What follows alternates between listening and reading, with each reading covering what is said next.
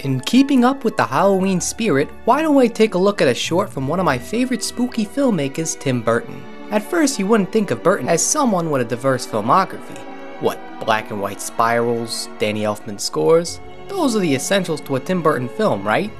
Well, when you really look through all of his movies, you can see he runs the whole gamut.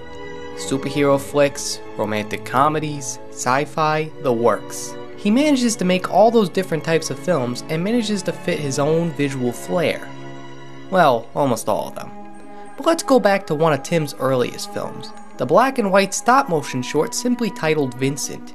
It might come to a surprise for most viewers that Tim Burton got his start as a Disney animator. He was working on projects like The Fox and the Hound and The Black Cauldron, but it wasn't until some of the higher ups at Disney felt that he deserved to hone in on his creativity into his own projects, so he managed to get a budget, a crew, and the late actor Vincent Price together for his film, an adaptation of his own poem about a boy who thinks he's Vincent Price.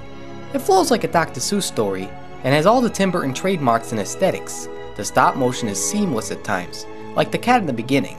There are times where I would trick myself into believing that it was a hand-drawn effect versus stop motion. Outside of the simple story, which I tend to be a sucker for scenarios with kids imagining themselves into larger-than-life adventures, it really does capture the hilarity of a kid obsessed with the B-movies of yesteryear, like how Vincent imagined himself dipping his aunt into wax alive, much like a familiar premise to a movie that Price himself starred in. Tim Burton fans like myself adore this short because it showcases the humor, simplicity, and overall innocence that his best movies provide. I enjoy it a lot, and highly recommend you give it a watch for yourself if you haven't seen it yet.